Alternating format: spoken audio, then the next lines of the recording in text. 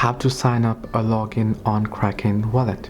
Hello everyone, welcome back to my channel. In this video I'll guide you on how you can log in or sign up on Kraken Wallet.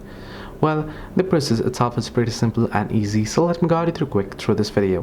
Whether you want to sign up or whether you want to log in, the process is simple. First things first, you can either head into your browser and head into kraken.com, or you can open up the Kraken application on Play Store or App Store, install it and open it up. Once you open it up, you'll be headed straight into the login page. Now, furthermore, what you'll have to do is simply choose the option to log in here.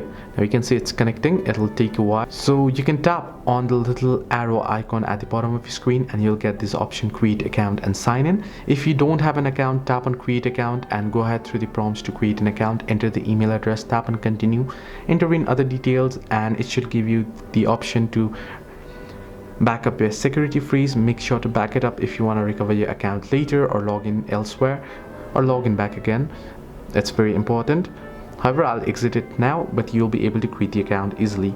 However, if you want to sign in, tap on sign in and enter in your email and password, tap on continue, and in order to recover your wallet, or if it asks for, you want to simply enter in your secret phrase.